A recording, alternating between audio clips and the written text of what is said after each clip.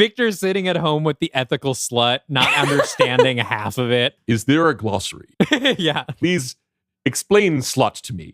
Is it like harlot? Cassie, what is a puppy girl? In 2017, Universal Studios announced the birth of a new shared universe of monster movies, bringing their classic horror icons into the contemporary franchise film landscape. But after the critical and financial failure of its first installment, the project was indefinitely abandoned. Now, in 2024, the powers that be have called upon one pulp horror devotee and one snarky film critic to unearth the concept. I'm Dylan Roth. And I'm Dalton DeShane. Are you afraid of the dark universe? Are you? You know, I never really thought about it. I'm afraid of all the work we have to do. It's a question we ask of our audience. I'm afraid of the all fan the time. reaction to this episode. Yeah, you know what? Things have gotten pretty heavy. Things have gotten pretty intense. And we're not even at what I assume to be the darkest parts of the episode And now yet. it's a week later. Maybe people have hated this, and I have no idea. Because for us, we just got like 5 minutes of beautiful air conditioning. Yes, we turned on the AC. We basked in that for a little bit. Now it's off again. We refilled our waters. We got some waters. We talked about, what do we talk about out there? We talked about the past 2 hours of recording the episode. Yeah, my mind is we don't completely really have blank. We don't have room for other stuff right now. This is just it's just a marathon that we're running. Yeah, we're going Van Helsing mode. We're Van Helsing pilled. Mike of Monroe. Mike of Monroe. I remember we were talking about Mike of Monroe. Yes. Welcome back to Are You Afraid of the Dark Universe? As you almost certainly know, this is the podcast where we attempt to resurrect Universal Studios' failed cinematic universe of monster movies one pitch at a time. I am your sweaty host, Dylan Roth. And I am your sweatier host, Dalton DeShane. And together we've been building out the Dark Universe into an ongoing narrative to rival the MCU. And this is perhaps the most ambitious solo script of the series. I basically wrote a Dark Legion movie by myself. Yes, you did. Why? Why would I do that? I mean, the thing is that nobody asked you to do this. Nobody did. You came up with this idea yourself. I thought it would be fun. And it was fun. I mean, it sounds like it was fun. It was fun. But where we just left off. But usually, like in that last thing, like when there's a bunch of action, I'd be like, oh, Dylan's going to write half of this. That's right. fine. Normally, when we split the party, we each take half the party. This time, you had to do all of it. Yes. Where we left off, folks, is it may have been as long as a week for you guys. Yes. Maybe longer. Maybe longer. Maybe you take longer to listen to the pod. So let's make sure that everyone's up to speed here. This is Van Helsing. We are at the halfway point of Dalton's Van Helsing script. The title character, Adelaide Van Helsing, is attempting to kill the vampire Carmilla and the once again reawakened mummy of Princess Amenette, the villain from the first film in the Dark Universe, The Mummy. Which is a real movie. Which is a real movie. If you want to know watch more about Amenette, you can watch the 2017 Mummy. Yes. Adelaide has assembled a team, sort of by accident, of a couple members of the Dark Legion. She has on her side Dr. Jennifer Halsey, who joined her squad after the death of Carol Lemley. Yes. We have Jack Griffin, the Invisible Man, and his new companion, the Countess Maria Valeska. The Countess Maria Zaleska, played by Janelle Monáe, who is vampire-like, but she's not a vampire. She has a cursed ring that gives her vampire-like powers. Yes. Which she really hasn't gotten to use very much yet in the movie. Not yet. She turned into a cat a couple times. Yeah. She hasn't really done much. I know. She'll get a little bit more to do in this one. And also Victor Frankenstein, the creature Frankenstein. He's on the team as well. Which is problematic because he is exactly the kind of monstrosity that Adelaide is likely to kill, as is Maria, right? Yes. So there's this sort of tenuous alliance that has recently been shattered. We'll get to that. Meanwhile, Nick Morton also has a team, and he's looking to just defeat Amenette. And so far as we know, he and his team don't even know Carmilla is involved in this plot so far. Well, he knows now because Emma... Would he know Emma? No, but I guess she just calls her mother. Yeah. Cassie probably is. Cassie probably knows what's up. She keeps the books over there, the literal books there with the Dark Legion. But Nick Morton, the living mummy, host of Set, Gwen Conliffe, the alpha werewolf, Cassie Falk, the famous author, who refused to be on the sidelines for this movie, and we appreciate it. And also, is that the whole squad over there? We have Quasimodo. Yes, Quasimodo. the Hunchback of Notre Dame, who is there to do some cool agile Spider-Man or Beast style action as well. And crucially, now as I forgot, is deaf. Yes. Well, they were at a separate. They've also now been joined by the sort of rehabilitated, I suppose, mystically rehabilitated, Elsa Falk, who is a giant, and who we have sort of cutely made the bride of Frankenstein in the sense that she wears the wedding ring of the late Elizabeth Frankenstein and was struck by lightning, and that's how she was brought back from the dead the first time. Yes, and she now has the hair.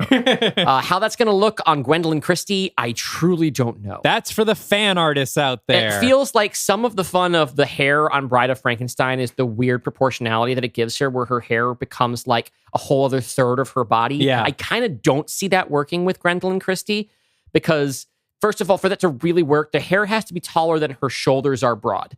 And that's just Marge mode. Yeah. But anyway, that is now. I should have had team. someone call her Marge in this as like well, if she survives, maybe we can still do it. Yeah. All right. So where we last left these two teams. First of all, Amunet now has her hand on the dagger of Set, which not only makes her more powerful, but also allows her to bring out Set from Nick Morton and make him out of control and dangerous, and the God of Death Set becomes physical antagonist for the rest of our Dagger Set. Also, the only thing we've ever seen successfully kill Amunet. Right, so she has the only weapon that can kill her, and while she has it, whenever she holds it, Nick Morton is a huge threat. Although Adelaide believes she also has a weapon that can kill her, it's just untested. Okay, Adelaide has the cool bullet. The cool bullet. Her customized bullet that is, I like that you dipped a little bit of, mixed a little bit of sci-fi in with her fantasy. The idea that... I had to kind of explain the Frankenstein immortality. Yes, and that's fine. I don't have a problem with that. That's the kind of thing that I would do. The kind of thing I often fight not to do, but here you need it. You need to have it. Yeah. And it's at the right place in the movie to introduce that idea. And it's vague enough. Yes. Doesn't kill the magic. Yeah. Amunet has the dagger, and so as a sort of a last-ditch effort to stop her, Adelaide was going to blow up an entire skyscraper in order to stop the villains. And some light terrorism. Yes, and would also Bottom sacrifice style. her own life, her entire team, and probably thousands of innocent people. Yeah. To prevent the apocalypse. Yeah. We already did it. We've had a whole episode about the trolley problem in the past, the start of phase 3. We won't open up the debate again here. What we will say is that Jenny stops her from doing this, but at the expense of the plan. Yeah. Amunet and Carmilla escape with the dagger. And now the only way, says Adelaide, to stop the apocalypse is that now they have to kill Nick Morton. Yes. Nick and company, they have no idea that this has happened. No. So far as they're concerned, they are trying to rescue their friends from the evil influence of Adelaide Van Helsing and stop Amunet, who I guess they now have to infer has the dagger. Maybe they won't even know. I don't think they even know about the dagger. They know that because Nick went Set mode and had a knockdown, drag-out fight with Gwen. But they don't know what's happened. Set's kind of broken loose before, right? Yeah. So they're working with incomplete information. All they know is Amunet's out there. There may or may not be a vampire lady involved. And something's going on with Set. Adelaide has their friends, and she's a bad, bad lady. Things got a little crazy. Things got a little bit crazy. We had a bunch of cross-cutting action sequences. Yes. I'm sorry if it was confusing to the listener. We've now recapped it twice. Yes. So hopefully that helps. That helps. So I would look killer on screen. Just trust me. Yeah, I mean, that's the thing with a screenplay is not a product, right? Yes. It is the blueprint for a product. But it is our product here on our Yes, it Dark is. Universe. And that is the tricky line that we walk. You know, we've also each of us are performing way more characters than we normally do. This is normally the kind of movie where we bring in a cast. So hopefully our voices we've provided enough cues in the script to explain who's talking. I tried to add a lot more script cues that are like Cassie says. Right, which we have to do. It wouldn't be in a real screenplay, but we have to do it in the audio version. Yeah. And, you know, you gave me all the characters with accents, and I'm trying to do all their different voices. Yeah, I have to force Dylan to go between Jack and Jenny constantly. Yes, that's really hard. Tough. And hopefully Cassie and Gwen, who normally are not performed by the same person, I think. No, actually, I usually am both of them, aren't I?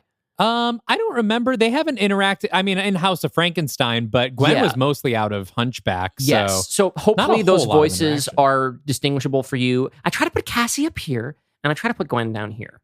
I try to give Gwen a little bit more nasal. Try to make Cassie a little bit more Actually, it helps to have the voice actors now on the Dark Legion episodes who I can kind of think of as a sort of a voice to go with. I'm kind of trying to do Rachel Millman for Gwen. I'm kind of trying to do Joe Kroger for Cassie, even though I actually originated both of those character voices. My Adelaide and Nick are kind of the same, but again, I'm trying to cue who's talking. Well, so far they haven't been in a room together. That's also true. Although we didn't get to comment on this, you have inserted a story that, without mentioning too much, you have actually stated that they have had a run-in with each other before, which sounds like a great opportunity for like a tie-in comic. I love the 2-year time jump. This was the best idea you ever had. You didn't like it at first. I didn't but like it's good. I didn't like it at first, but there's a couple things coming up even that I've inserted into this. I inserted Frank and Cassie's relationship. Yes. Victor and Cassie, who we have now canonized are in love. Yes. He's asexual. Mm-hmm. She goes out and fucks. And we needed an asexual character on the thing. There was a running bit in Black Lagoon that I completely threw out where Hunter was trying to figure out what their thing was, which was basically originally there was like a sort of when the story was structured very differently and people's goals were different. There was a point where they were writing somebody a letter and talking about how they've been in Amsterdam. So for a period of time, they were going to be in Amsterdam, which I cut that completely.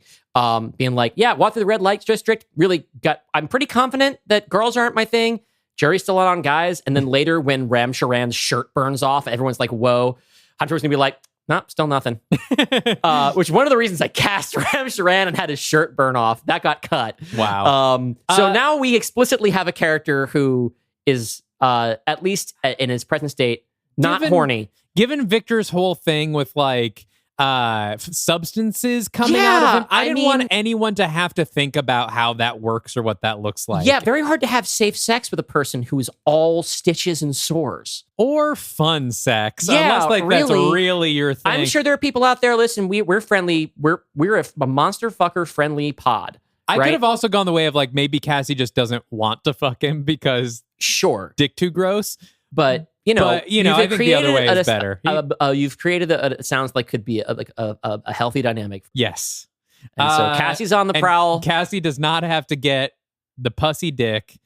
Victor has evolved greatly from his Regency era ways and is content to have his romantic partner have unwed sex with other people. Yes, he's very 21st century now. He read Polysecure. Victor's sitting at home with the ethical slut, not understanding half of it, but like just because Cassie asked him to. Is there a glossary? Yeah. Please explain slut to me, because this is also a word we don't have yet. Is it like harlot? Cassie, what is a puppy girl? He's just like on the internet. Yes. Just like, has the meaning of the word daddy changed? Please apply the voice filter to all of these bits. I for sure will. So before we dive into the second half of the script, since the first episode, we dealt with all of the audience expectations, whereas I kind of sat it out because I already knew a lot of what we were going to expect. Yeah. Now, everything that I know about the script, basically, that I knew going in, has been revealed to me. Not everything. Well, not everything, but most of it. Yeah. Right? And so now I have a set of expectations that are built around the script as it exists. So I want to talk a little bit about what I think I would expect as a viewer at this point in the film. Okay. Where are we going? What are we missing? What are the pins that have been set up that need to be knocked down? What are pins that I still kind of think need to be set up? Okay. Right now, and I think this is a consequence of how big the cast is, I think one of the biggest problems we have is that Amanette so far is completely a prop in this story. Mm-hmm. She is the main inciting incident. The inciting incident of the story is that Amanette has been brought back. And Amanette's not a character who needs to talk a lot. She doesn't in the first one either. But she is the main antagonist of that film. And she has a motivation that is clear. And she is driving the plot. Right now, she is just a device. Mm-hmm. And I think that's a little bit tricky because, especially after so much buildup, we've known she's been coming for 2 of movies of this trilogy. And there have been people, at least in our audience, who have been anticipating the return of Amanette the entire run of the show. Yes. Who I think will be disappointed if Amanette does not really get to be a character at all in this story. There's a reason for that so far, and we'll talk about it more at the end. Okay. I mean, maybe we're setting up Amanette to be more important in a future film, right? But in this one so far, in terms of her re-debut, she's not really reading as anything right now. I also think that there's a little bit of a difficulty right now with the balancing of the character movement and the plot because there's so much plot. Mm-hmm. There's been a couple occasions where it feels as if we have action and character, but we don't always have character through action.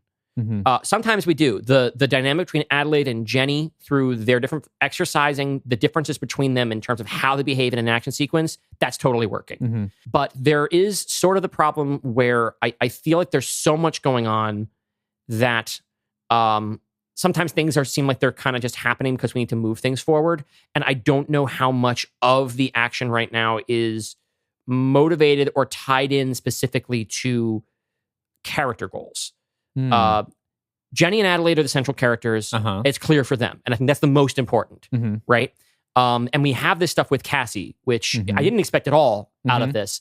And so that I think is everything with her feels like what she's doing is about extending what her story is, which is she's redefining family. She Mhm. talks about how she's redefined family. This is our Fast and Furious. There's a lot of yes. family talk in this one. Yes, you could have gotten Justin Lin to direct this one. But we've still got We haven't used Justin Lin yet. Maybe Yes. we still can. Love that guy. But there's characters in here so far who they are in the action, but so far kind of feels like they're here because they should be here. Quasimodo in particular. Mhm. Quasi right now is here, and I imagine he will play a role later in interacting with Victor when we Mhm. get to whatever our big team versus team fight is. So far he's not doing a lot. Mhm. I expect that Quasimodo, that he's been loaded into this particular gun because you plan to fire him Mhm. in the future. The same goes for Maria. Yeah. Maria right now is just there. Yes. She's a foil to Adelaide, but not really in that different a way that I expect that Victor is going to be an obstacle. Victor and Maria are both monsters that Adelaide would normally just kill. Mm-hmm.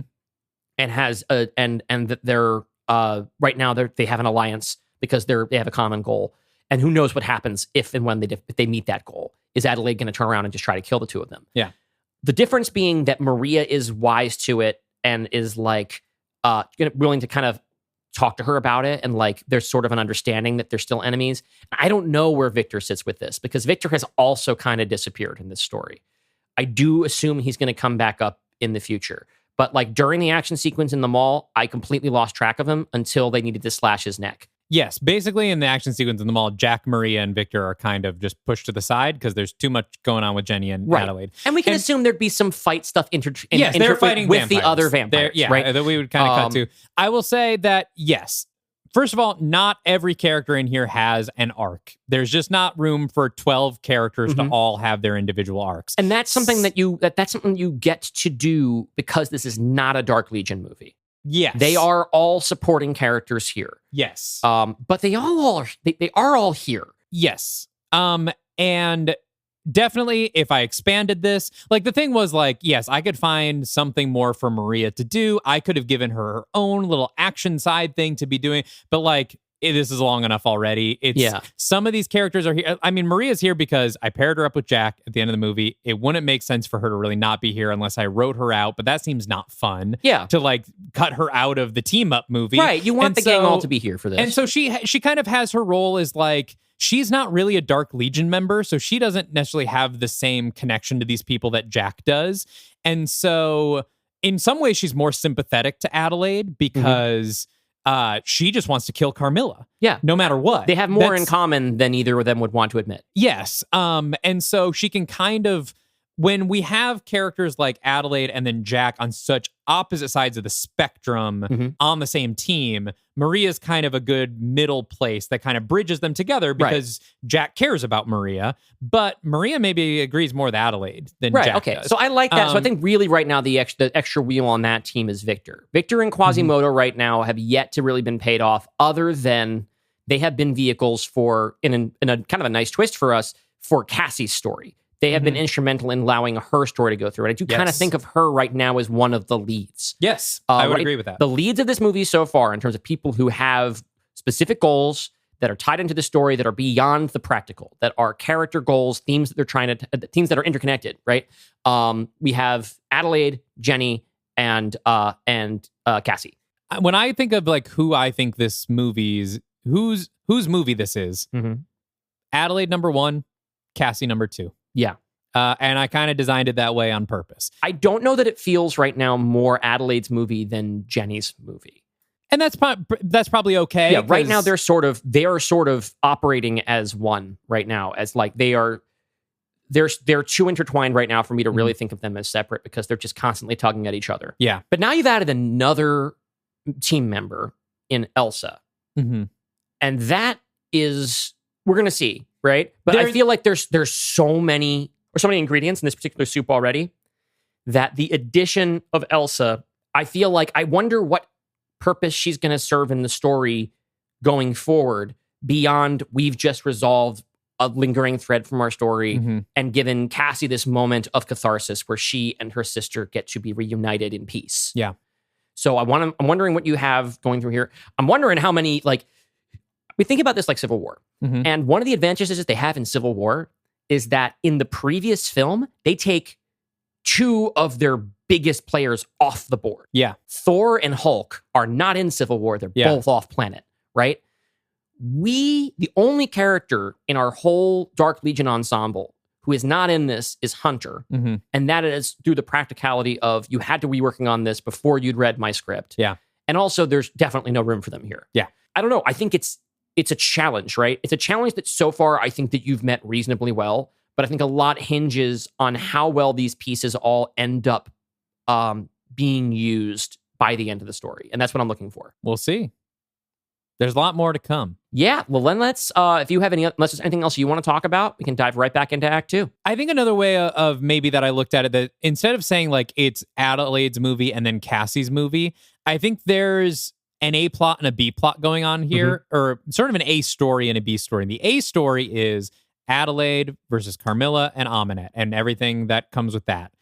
The B story is a House of Frankenstein story. And so as you were kind of saying, I'm sort of wrapping up the Carmilla trilogy while also doing a third part to House of Frankenstein. Yeah, like an epilogue to House of Frankenstein. And finding those things are going to overlap and separate and overlap and separate. And so, yes, there are some cases where we're in one story where it's like, I don't know if the B story has as much to do here. And hopefully the stories come together. Yeah, we'll see how it all ties in. Hopefully thematically as well. It's funny that like this is, so far, it's got all of your phase 3 pitches involved.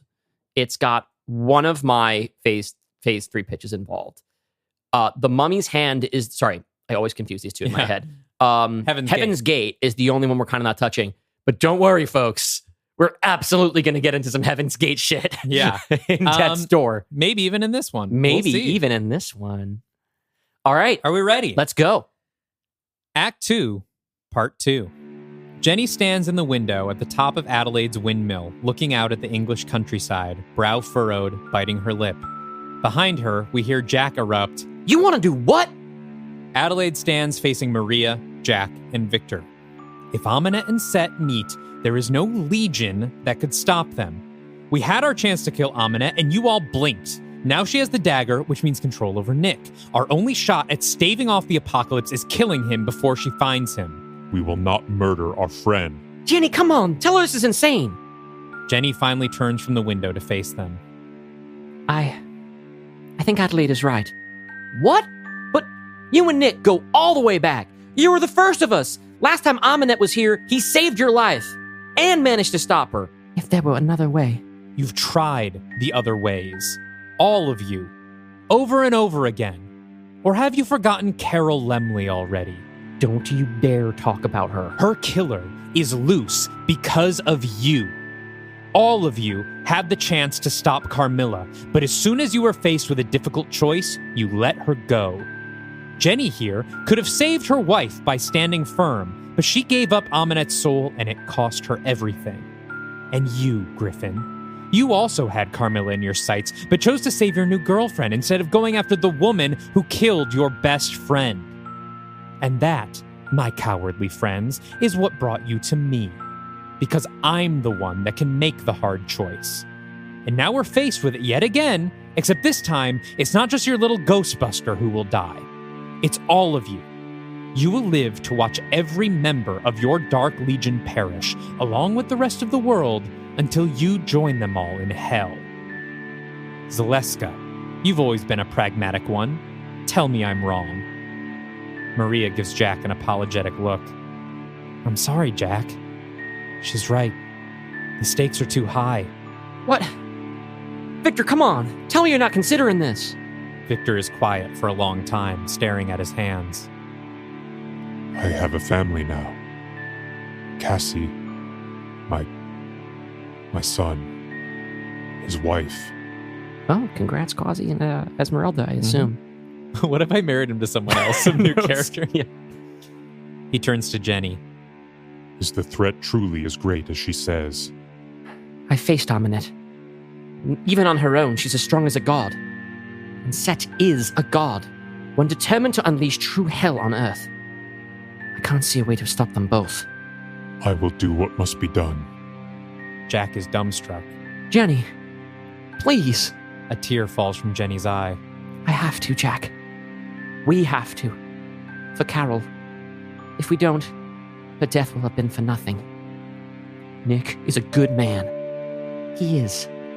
Which is why I think he would want us to do it. Jack looks around. He's the only holdout left. Adelaide holds up the spiral bullet between her fingers. This is our best shot. If one of these in the head doesn't take him down, then we're all fucked. So who knows, Griffin? Maybe none of this will work anyway. Jack is quiet. Jenny crosses the room and sits in front of him. Let's make a deal. We talk to him first. Convince him to surrender himself into our custody, where we can keep him away from Aminette. Yes, thank you. But if he resists, I won't hesitate to make the decision for him. I'll come along, but I won't be the one to pull the trigger. If I had that on my conscience, there wouldn't be anything else for me to keep living for. The room is somber. Everyone's sitting in their shame. Except Adelaide. Adelaide turns to Jenny and says, "Make the call." Okay. You had told me, I think off air, that this scene is the hardest sell of the film and maybe of the series so far. This was the hardest scene I have had to write because I had to convince the Dark Legion to kill Nick Morton. And I think you convinced everybody but Jack. And I know that Jack is the holdout here. I kind of don't buy him like going with them or not actively trying to stop them. And maybe he still will. But it's really hard for me to, especially like, it's not as if you're pretending that Jack is cool with it or having him turn completely. It's just, he is the hardest sell in the text. Mm-hmm. And as a reader / listener / viewer, I'm not convinced that he's convinced. I don't think he's convinced, but the thing that I am hoping has built up here is the point that Van Helsing makes, which is that all of them have let Carmilla go. Yeah. And Carol means the world to them. And she is using Carol, and I set this up intentionally in the first two movies where Jenny doesn't make the hard choice, Jack doesn't make the hard choice. And as a result, it is their fault, and they feel it is their fault that Aminette is back and Carmilla is still loose. Okay. And now Van Helsing is saying, this is the only way left. Otherwise, the apocalypse is on your shoulders. And that's still not enough to convince Jack. And so he's still only going along with it because, A, we're going to try to talk to him first. He needs to give himself plausible deniability, right? Like, okay, we'll try to talk to him first, and then it'll be fine. And then maybe the bullet won't even work. Maybe he'll be fine. Well, I think that then maybe it's just the manner of the dialogue here. I think that more than being like, yes, thank you, or I'll come along or whatever, I think it makes more sense for him to just go quiet.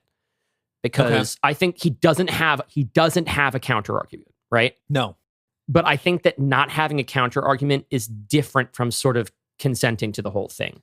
I think that maybe he just sees he's outvoted, knows he can't argue around it, and is just like... And knows Van Helsing has a point. Of course, yeah. The thing is that she's not wrong, right? And he knows that. You're not wrong, Walter. You're just an asshole. I think that the bridge too far is him like verbally being like, yes, thank you, we'll try this. Yeah. I think especially given his trauma responses in the past, I think he should just shut down. Yeah. I think he should just shut down in such a way where that a couple times they're just going to have to make sure he's still there. Yeah. Now, this is not the story you're necessarily telling, but I do think that there's potentially a version of this where Jack is like, fine. And then at some point in the middle of the journey, slips away when they don't notice and warns Nick. Yeah. Maybe that's coming, or maybe that's not. This is going to break the hearts of all the Nick Jack shippers. I know. I know. Yeah. Okay. Yeah. The thing is, like, I think that you're right in that I don't think they need to lock him in a closet. Mm-hmm. I just think the idea that he says okay, it just doesn't feel right. I think he just clams up. Yeah, I think he is going along because he still knows that they need to stop Carmilla and Aminette, and he feels a responsibility to do it. Because of failing before, because of Carol, and what's his plan? He doesn't have one, right? But he is telling himself what he probably knows is a lie, which is that maybe we can figure out another way. Maybe we can just hold him. Jenny's my friend. Victor's my friend. Right. We're not going to let this get out of hand. Yes. You know, that kind of, like you said, he knows he doesn't have an argument here. Yeah. And he's convincing himself that he's still one of the good guys. Right. But yes, this was I realized I wrote myself in a place where I was like, damn, I have to convince Jack to kill his best friend. And I knew I wasn't going to get there all the way. So hopefully this sells it where we need to be. I think if you need to get him in a place where, like, obviously the most tragic thing to have happen in this story would be for Jack to have to pull the trigger, right? Mm-hmm. But I think it needs to take longer for him. I don't think you can do it in one scene. I think that if you need to get him there, it needs to be tougher. It needs to take him longer to get there. Also, lengthwise, I had to do it in one scene. Of course, yeah. We're also trying to do it efficiently, right? Okay. So, Adelaide has told Jenny to make the call.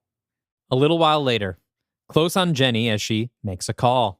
Intercut with Nick answering his cell from a hotel in Ireland. Hello? Nick? Nick, it's Jenny. Jenny? Oh my God, it's good to hear your voice. Where are you? Are you okay? I'm fine. I'm sorry I've been out of touch. I've been trying to find Carmilla. No need to explain. I get it. We all have our fights. Have you found her? Jenny hesitates for a moment. Yes. We know where they're holed up, and we know how to kill them. But we need some help. Of course. I'll be there, and I've got... He trails off, looking at Gwen, Cassie, Elsa, and Quasi, then reconsiders. I'll be there. Just tell me where you are. It's a windmill in the English countryside. I'll send you the coordinates. I'll be there tonight. And Jenny, it's so good to hear your voice again. Yeah, you too. Jenny hangs up, looking miserable. Adelaide puts her hand on the back of her neck. Good work, Halsey. Back in the Irish hotel, Nick hangs up. Gwen immediately says, It's a trap. I know. Then Cassie. Wait, I thought that was Jenny. Why would she be trying to trap you? She's with Adelaide, and Adelaide doesn't fuck around. She knows that Aminette and Set have a connection, and she'll do anything to prevent her from getting her hands on me. But Jack and Victor, they'd never allow that. Nick and Gwen exchange a glance. Adelaide can be very persuasive. Quasi signs. So what's the move? Nick looks at Cassie. The priority is bringing Vic back. I made you a promise. If we can, we get the rest of the Legion back with him. Gwen grabs his shoulder. And you're staying here. Nick shakes his head. She's trying to kill you, Nick. We can handle this on our own. Nick steps away from Gwen's touch and paces for a moment before turning to face everyone. I've never really talked about my childhood with any of you, have I? Gwen and Cassie shake their heads. Oh, are we about to get some big Nick Morton backstory? Monologue time. It took us 24, 25 movies, but here we go. I was a foster kid, brought up in the system. Mom died when I was a baby. Dad was never in the picture. I didn't take it well. I joined up with a couple other boys, troublemakers like me, who never even got within throwing distance of an adoption. We thought we ran that orphanage, harassing the volunteers, sabotaging visits from possible foster parents, bullying the other kids. There was one kid in particular, Jacob. We were 17, about to graduate from the state's care. He was maybe 14. For some reason, he became our pet project. All the fear that was building up inside us about the real world, the rage we felt about facing it alone, we took it out on him. Then one day the word came down. Jacob was getting adopted. Some rich couple with a college fund already set aside. We couldn't stand it.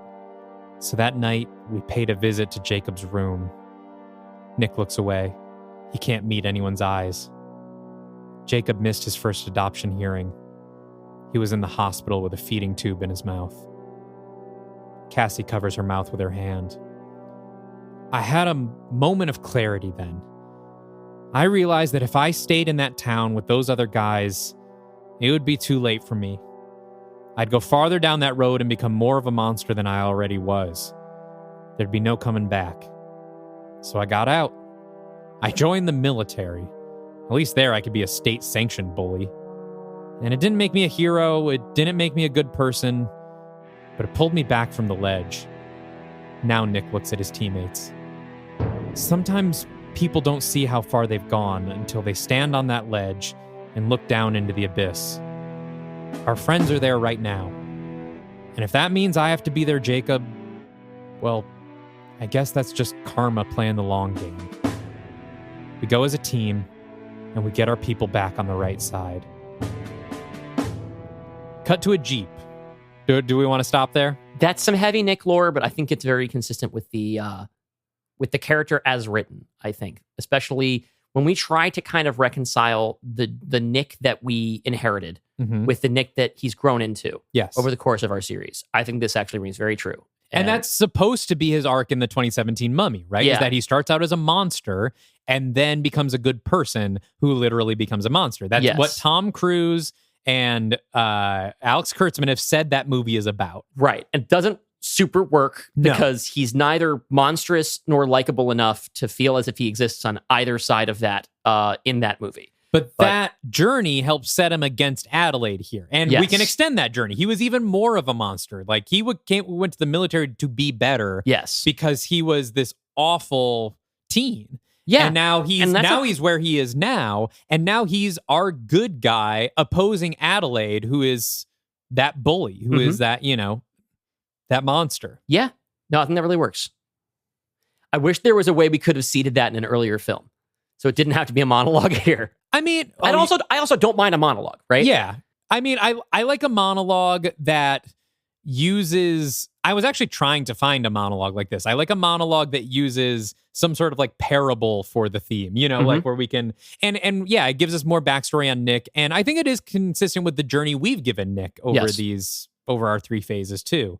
Yeah, he's had to learn a lot through failure. Yes. He's had to learn a lot through the way that his actions, often his sometimes well-intentioned sorts of selfishness, have created problems. We talk about how he had this desire for a long time to do things alone, which it almost seemed as if he was leaning towards again when he leaves out the presence of the rest of the team. Yeah. But then we realized that that's actually more of a cautious security thing. Gwen even suggests that he, sit this one out. But this time it is his need to be there is about them and not about him, which I think is a really good place for his character to go. And there's also always been this current of self-punishment. Yeah. Like him going alone in The Mummy Returns. Yeah. Is like partially like, I don't want to hurt Jenny before her wedding, or I don't want to get my friends in trouble, but it's also kind of a self-punishment. Like, and now we kind of understand why, right? If he's got this like guilt of his past over him, he kind of always goes this like, well, if I need to be the example, then I'll, that's what I deserve. Well, working backwards, this could even kind of serve as some sort of explanation why he becomes the vessel for Set, is that maybe it has to be somebody who thinks they're a monster or thinks they deserve it, right? Even though at that point he hasn't really self-actualized in that way, that sort of like, well, fucking why not? Maybe is part of what makes him the right candidate. We don't have to make it explicit, but I think it works. I think it's a good addition to our lore, Dalton. Thank you. Cut to a Jeep racing through a grassy field at sunset.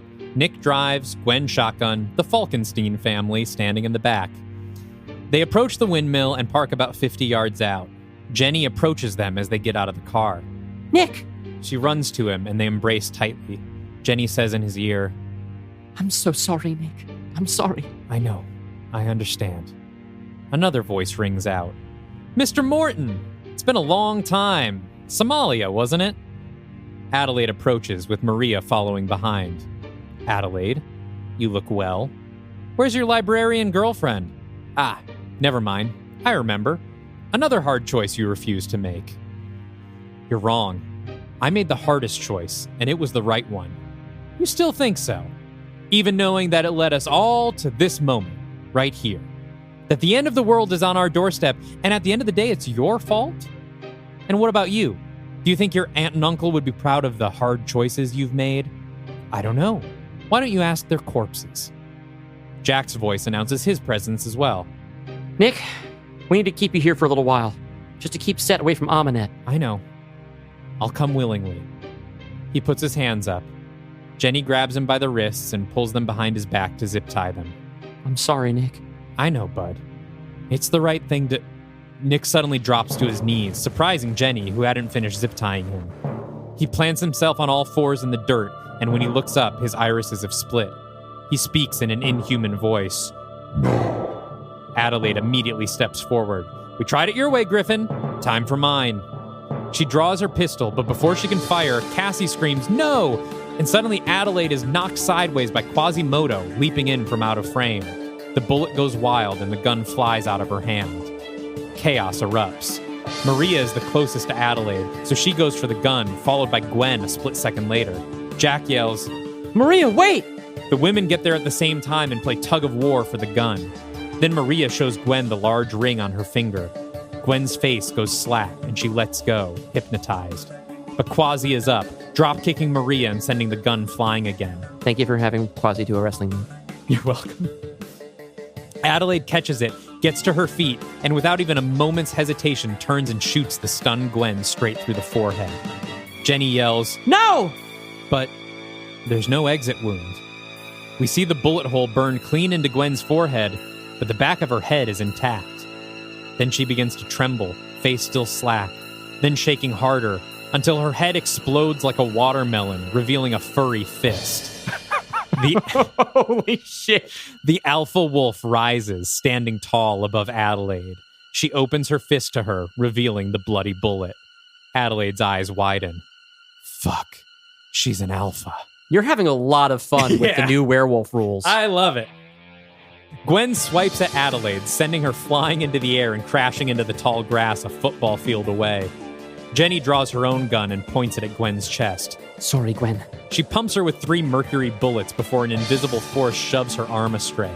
She yells at Jack just as Gwen picks her up with one huge hand. So I have Jack kind of playing both sides of this fight. He is just kind of trying to stop everyone from hurting each other. I like that. Wolf Gwen squeezes Jenny hard enough to make her yell, then roars in her face. But then she's distracted by something crawling on her back.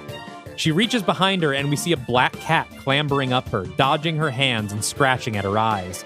Gwen roars and drops Jenny and pounds at the black cat Maria on the ground.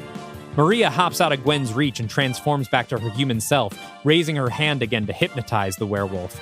But then Elsa is there, picking up Maria by the wrist and dangling her in the air. We hear Jack yell, hey! And Elsa staggers a bit on her feet as something runs into her. She roars with confusion, then starts swinging Maria around by the wrist, trying to hit her invisible attacker. Jack manages to get close enough to put his fingers in one of her burn scars and start ripping it open. Elsa drops Maria, who scampers away in black cat mode, and then Elsa begins to wail on Jack. Meanwhile, Jenny is going for her gun just as Quasi swings in and lands directly on top of it. He picks it up and throws it into the distance. Look, I know we haven't met, but I swear we're not enemies. Quasi signs, where is my father? Jenny is surprised for a moment, but understands his signing. Your father? Oh, I see. Me and him, we don't get along, but he's got a good heart. You're the latest in a long line of people to take advantage of that heart, and I want him back. Jenny signs back. No, you don't understand. We cannot allow Set to escape. Quasi looks over Jenny's shoulder. Doesn't look like he's going anywhere to me.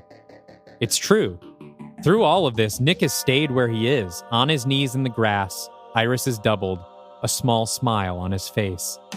But then Gwen bounds into frame and picks him up, slinging him over her shoulder and running back to the Jeep.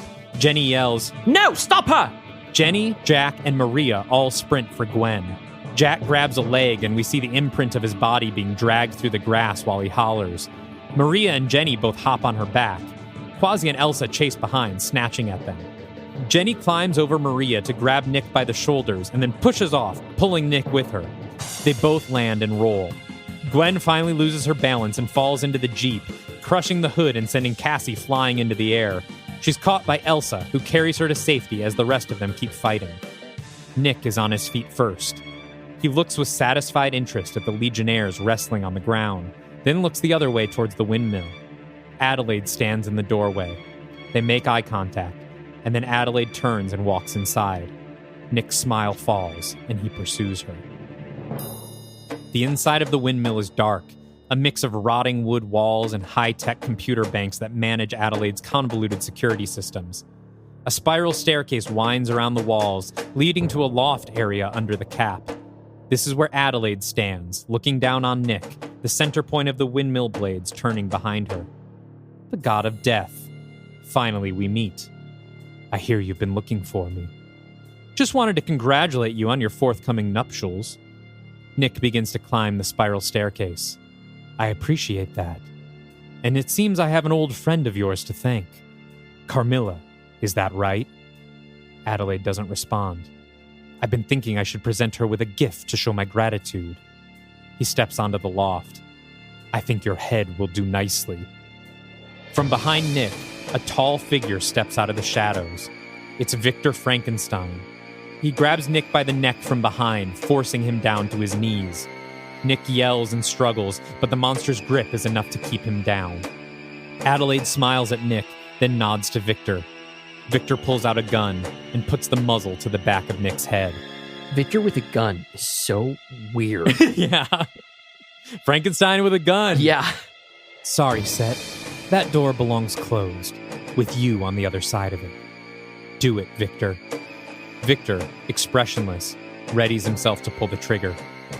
Suddenly, a voice cries out, Stop! Victor looks shocked. He and Adelaide look over the railing to see Cassie and Elsa at the bottom of the stairs. Cassie? What are you doing here? I came to stop you. You shouldn't be here. No, you shouldn't be here.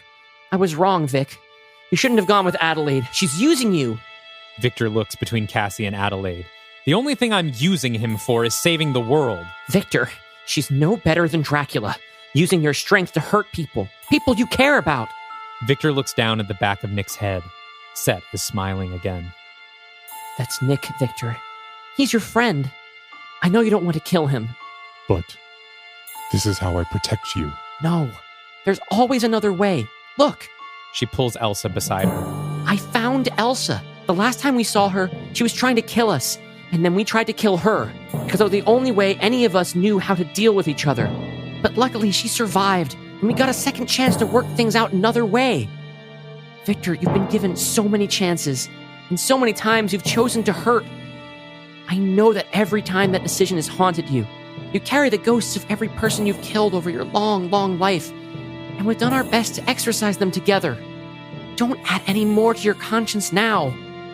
Victor begins to cry. But I could not live if it was your ghost haunting me. Victor, whatever comes next, we face it together. As a family. Victor slowly lowers the gun. Victor, do not do this. Set must die. Victor releases Nick and steps between him and Adelaide. He hands her the gun. Set must die, but Nick must not. Nick's irises suddenly come together, and Nick comes back to himself. Victor? Wait, what's going on? Victor turns to him and guides him down the stairs, keeping his own body between him and Adelaide. We're going home. They're halfway down the stairs when they hear Adelaide cock the gun. Fine. A monster that's not with me is just another monster. Cassie yells no as Adelaide pulls the trigger. We follow the spiral bullet in slow motion as it spins through the air, hitting Victor in the chest. It blows a crater in his ribcage, and an electric spark flashes at the edges of the wound before going dead, then congealing with liquid mercury. The silver liquid seeps into the wound and rushes through his veins. Victor falls, tumbling down the stairs and coming to a rest at Cassie and Elsa's feet. Nick looks up to see Adelaide loading another spiral bullet and sprints down the stairs, yelling, "Go! Go!" Elsa picks up the wailing Cassie and carries her out the door. Nick is just behind them when another shot rings out. It misses him and hits one of the computer banks. The computer goes up in flame, and the old wooden walls and floor quickly catch as well. Nick runs out into the night. The rest of the Legion stands together, watching the windmill begin to burn, all of them in shock. Cassie screams and fights against Elsa's grip as Nick joins the group. "Cassie, there's nothing you can do." No! "I'm sorry." Cassie breaks free and runs back toward the windmill. "Cassie!" She runs through the door just as the flaming doorway collapses, blocking the way behind her. Elsa runs towards the flames. Cut to inside the burning windmill. Victor lies in the middle of the floor, looking at the hole in his chest. Cassie runs to his side. Victor, come on. We have to go. You're going to be okay. I promise. We'll fix you right up. Victor shakes his head, blood oozing from the corners of his mouth. He grabs Cassie's hands with his own. I can't move my legs. Flaming timbers fall around them. We'll carry you. It's okay. Just give me a second. She looks around desperately. Victor touches her face and redirects her gaze to him. Please, stay with me. I'm not going anywhere. I've spent my whole life praying for my own demise. But now that it's here, I don't want it. He looks at Cassie with genuine fear in his eyes. Cassie, I don't want it. I want to stay with you. I know, Victor. I know. He runs his hand along her cheek. I feel like my life was only just beginning. His hand falls limp from her face, and his head falls back, eyes blank. Cassie leans over and kisses him softly on the lips, her tears falling onto his cheeks. She puts her head on his chest and sobs, the windmill and inferno around them. Then Elsa is there, clothes and hair engulfed in flames. She picks Cassie up and pulls her away from Victor's body just as it begins to burn. Outside, the Legion watches as Elsa emerges, carrying the unconscious Cassie in her arms. Jack sits on the ground, sobbing. Maria reaches out to him, but he flinches away. Don't touch me, please. Gwen is back to her human self, holding on to Quasimodo. They both run to meet Elsa and Cassie and help put out the fires on Elsa's body. They all hold each other close. This leaves Jenny standing on her own. She looks around. Wait, where's Nick? Somewhere nearby, Nick walks through the tall grass, in a trance, naked. He sees Aminette standing in the field, also naked, and approaches her. "Princess, my love." Aminette just nods and holds out her hand. Nick takes it and kisses it. The camera angle changes and we see reality.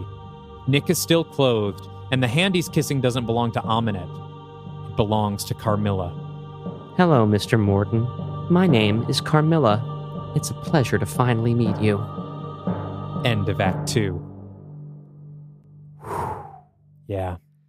I teared up a little bit. Me too. I mean, I was trying to get there as a character for the performance, Sure, but acting-wise. it was very easy to do because the material was now we've talked a little bit about I forget if you told me for sure you were going to do this.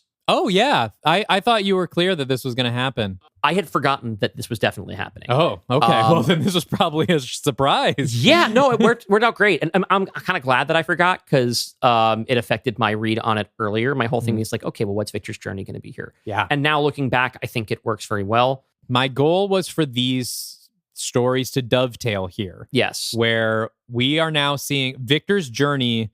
He is in a familiar place here. Just like with Dracula, he has been taken by someone with ill intentions and with the thought that he's doing something good is actually hurting people. And now he finds himself with a gun to the back of Nick's head. Cassie has been the one to help him evolve and change, along with Gwen and the rest of the House of Frankenstein, along with Quasimodo, right? Like everyone in his family, in his modern family, has helped him come closer, and they needed to come in and pull him back from the ledge and show him, hey, yes, we could all die, but at least we're doing it together, and you don't have this on your conscience, right? The opposite of Adelaide's message. Yeah. Cassie is here with that opposite message. And then Adelaide, fine, you're just a monster. Yeah. Like, I don't need you anymore. I can kill you, And so, which also drives the stakes up of that's a step on Adelaide's journey. She has now killed one of our heroes. Yes. I also appreciate the imagery of the idea that Victor Frankenstein, our creature, dies in a burning windmill. That was very intentional. Yes. We had not gotten Victor in a windmill. And when I thought back to that's how he dies, quote unquote, in the first 1931 Frankenstein. I was like, it's got to be in a windmill. It's got to be in a burning windmill. And I did not see that coming because there's lots of reasons they might be in a windmill. Sure. But looking back, I should have been like, oh, fuck. Right? I think the moment of Victor and Cassie, because we've talked in the past about where we wanted Victor to be when he dies. Mm-hmm. And it needs to be in a place where exactly that, being like, I've always wanted to die and now I don't. Yeah. Like there is the point that he reaches that point in The Mummy's Hand where he has to sacrifice himself just as he's found something to live for. Yeah. And he didn't even have Cassie yet at that point, did he? Yeah, he did. Yes, he did.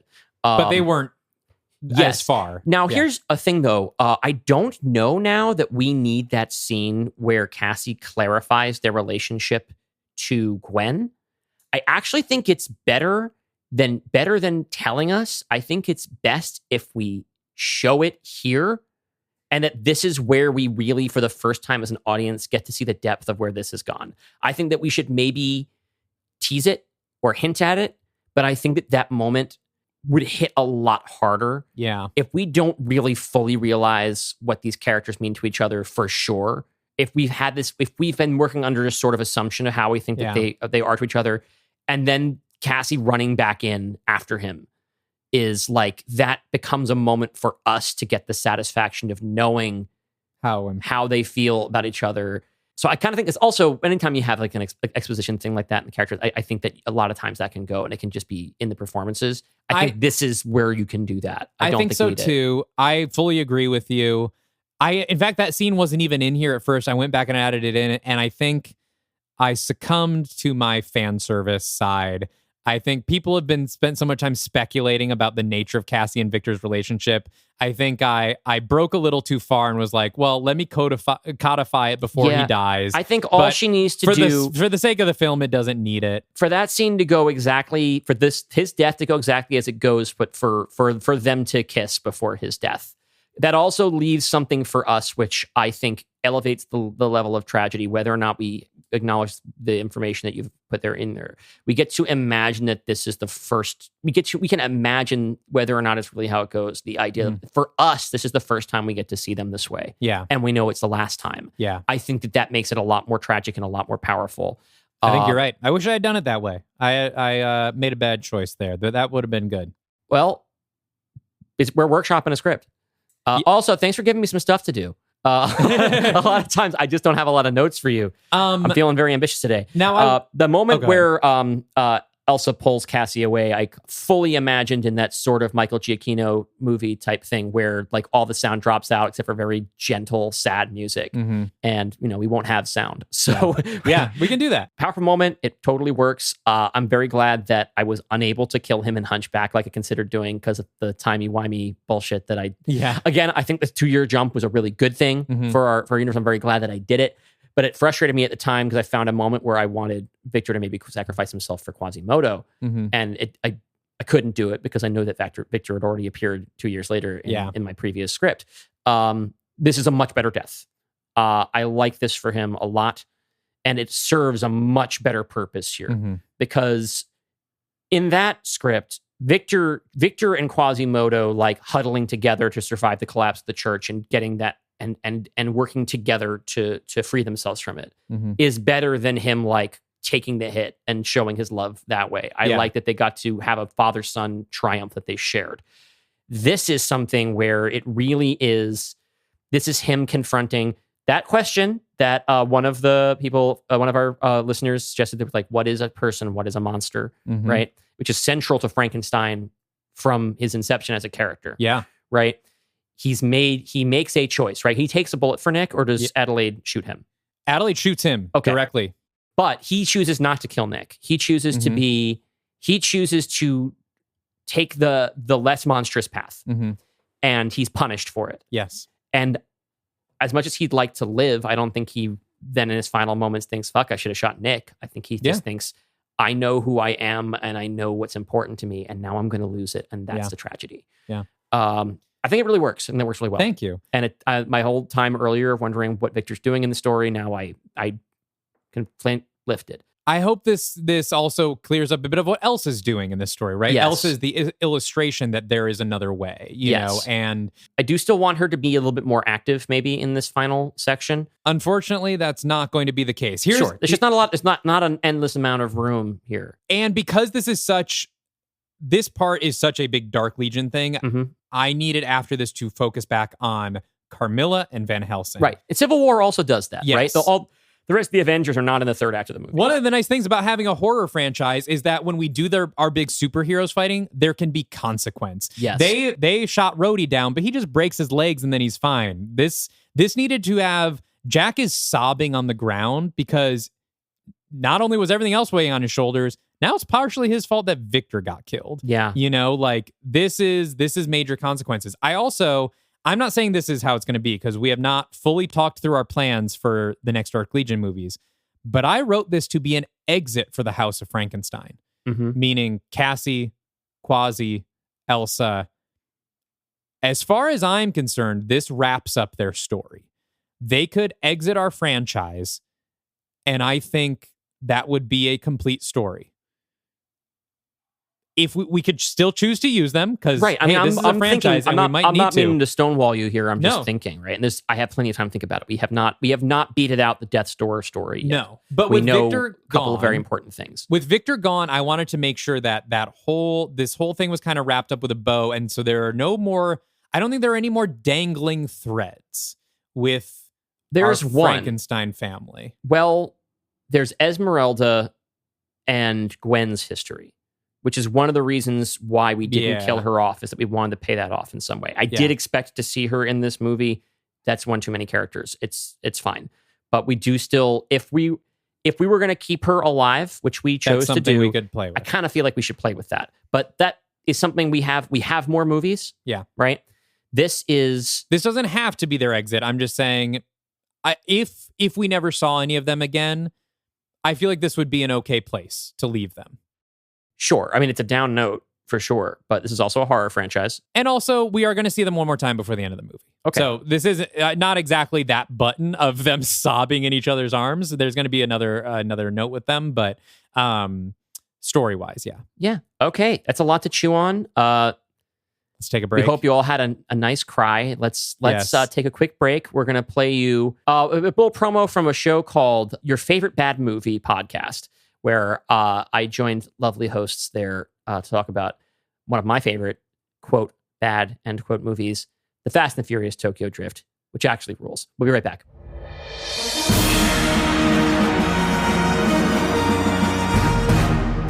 Hi, I'm Chris Anderson. I'm Ann Anderson. And I'm Greg Bossy. And we're the hosts of Your Favorite Bad Movie Podcast. The only podcast that dares to ask the question, if this movie is so bad, why do you like it so much? We've got fresh new episodes every Sunday, breaking down everything we love, everything we hate, and everything we love to hate about these disaster pieces. That's right. When it comes to bad movies, we're bringing the passion. We're bringing insight. And we're bringing games. And that's not all. We've got a ton of fun guests lined up, all bringing us their personal favorite bad movies. Who knows? Maybe we'll even talk about your favorite bad movie. So tune in and find out why we are Your Favorite Bad Movie Podcast.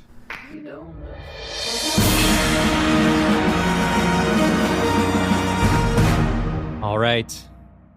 Act 3. Jenny runs through the tall grass, yelling for Nick, when she's suddenly pulled to the side with a hand over her mouth. She draws her knife and goes to stab her attacker, but stops when she sees that it's Adelaide. She took him. Carmilla. You killed Victor. You bloody maniac. I can't believe I went along with you. Did you hear me? Carmilla took your little boy toy. There will be time to hate me later, but for now we both need to find him, fast. Jenny stews. Fine. Did she say where she was taking him? She said they would be reunited at the place they first met. Jenny thinks for a moment, then turns and marches off. Hey, where are you going? The Jeep. Where's your nearest stash house that's not on fire? Couple hours south. What about your friends? I don't trust you around any of them. Cut to a few hours later. A montage of the two of them gearing up with stakes, handguns, rifles, and ammunition. Bags packed? I hope you have a plan for getting us there very quickly. Jenny raises her hands and then throws them down, creating a ring of purple fire that wipes away the gray walls of the stash house and replaces them with a wide-open desert at night. Text on screen says, Mesopotamia, currently known as Iraq. They stand under the ruins of 3 ancient arches, guarded by stone lions and pockmarked with bullet holes. Didn't think you had the guts. How many years did that little spell take off your life? None. I took them off yours. Adelaide scowls. They're at the edge of a deserted village. There's not a building in sight that's free from airstrike damage. There are gaping holes in every roof, walls blown open, some structures burnt right down to the foundation. God, what happened here? Where is here exactly? It's where Nick and I found Aminette. He had stolen a map from me leading to her tomb. It's how this whole thing started. At the time, this place was run by insurgents, but still, it didn't look like this. You said Nick was in the military, right? What do you think the U.S. military does when it wants something? You think it cares if a couple villages like this get flattened? If 1 million Iraqis end up dead? Do you think Nick ever questioned for a second what the hell he was even doing here? You and your friends love to think you're free from sin because you call yourselves heroes. But being a hero is subjective, and it always looks different from the perspective of the dead. Jenny doesn't have a response to this. But just a moment later, something in the sky catches her attention. There. Look. Above them, just shadows against the night sky, a flock of ravens fly in a dense, shifting cloud. And just ahead of them, a single creature leads the way. A bat. Jenny and Adelaide climb up a collapsed roof to the top of a nearby building. Adelaide gets out her rifle, points it into the air, looks through the scope, tracks her prey, and then shoots. The bullet clips the wing of the bat, and it tumbles through the air, plummeting to the ground. Adelaide and Jenny jump down after it. The bat lands in front of them, transforming just before it hits the ground into Carmilla, who rolls in the sand, winded but alive. Beyond her, an enormous pit is open in the center of the town. One wall of the pit is carved into a large statue of a pharaoh's face. Eagle-eyed viewers will recognize this as the pit that Nick and Vale blew open with their airstrike in The Mummy 2017. There's a screeching from above. Jenny and Adelaide duck just as the cloud of ravens swarms straight down into the pit. Before they can follow them down, Carmilla gets to her feet and faces the two women. Adelaide steps forward. 15 years ago, I saw your face in a dream. I've never forgotten it. It's remained before my eyes ever since. Carmilla grins. Yes, I tend to have that effect on people. Do we have to fight about it, though? I can think of a much more fun way to get that out of your system. I was a child. And now you're not. I spent this long waiting for you, and darling, it was worth it. You've grown into such a ravishing young woman. You're vile. Oh, relax. Not everything is about you, Adelaide. I was only there because of old Abraham. A little joke between friends, something to rile him up. Certainly not worth spending your whole life obsessing over. Or are you just here because Dracula's no longer around to chase? Dracula was my uncle's pet project. You're mine. Carmilla leans to look around Adelaide. Ah, and Dr. Halsey. No need to ask why you're here. You have plenty of reasons to kill me. Anything's better than wading back into the dating pool, I'm sure. Jenny clenches her fists and they erupt with purple fire. Well, give it your best shot then. Let's see if you're the first Van Helsing to be worthy of the reputation. Adelaide runs at Carmilla, Jenny close behind. Carmilla doesn't even bother getting stanced up. All right, I put a lot of effort throughout the script into trying to visualize all the action beat by beat. But let's be real, this one is all fight choreography, okay? I'm thinking Qui-Gon and Obi-Wan versus Darth Maul, right? Adelaide goes at her with stakes, while Jenny uses offensive magic.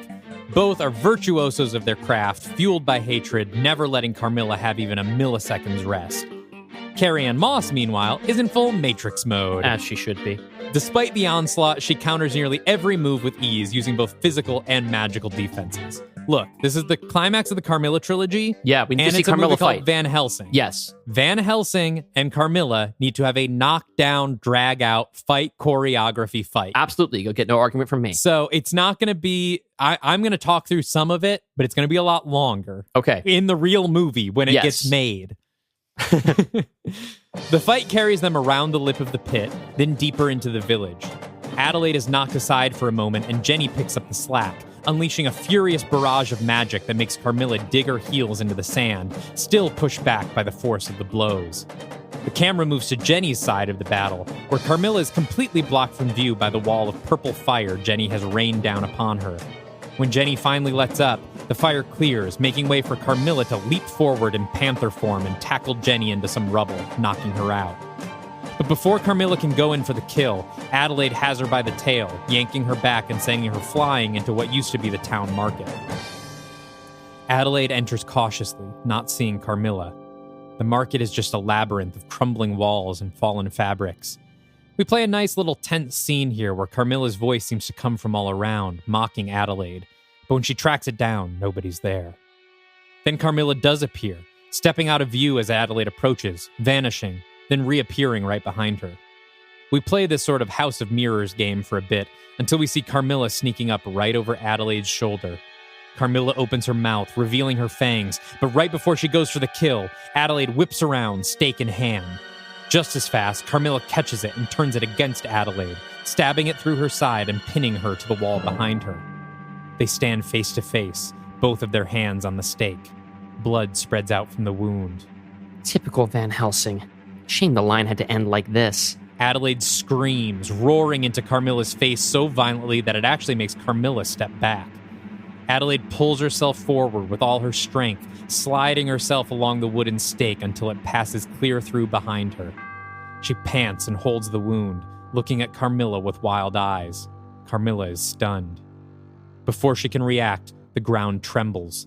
A distant scream echoes through the village, sending a flock of birds fleeing into the air. The sand levitates a foot from the ground and shakes before settling back down. Carmilla whispers, Aminette. She turns and runs to the pit, diving in and turning into a bat in midair. Jenny runs up to Adelaide. Adelaide, what happened? Oh my god. Oh god, you're hurt. Adelaide lurches forward. We need to go after her. I can go alone. You need to sit down. Both of us. Jenny helps Adelaide limp to the pit, then uses magic to levitate them down into it. The cavern is enormous, an inverted stone crater seemingly as wide as the village. They touch down among ruins, in an antechamber with a statue of Anubis. Something drips onto Adelaide's shoulder. She puts a hand out to catch another drop. Liquid mercury, dripping from the stalactites above. They keep moving forward, down a set of stone stairs, into the burial chamber of Aminette. Below them, a ring of statues surrounds a pool of mercury.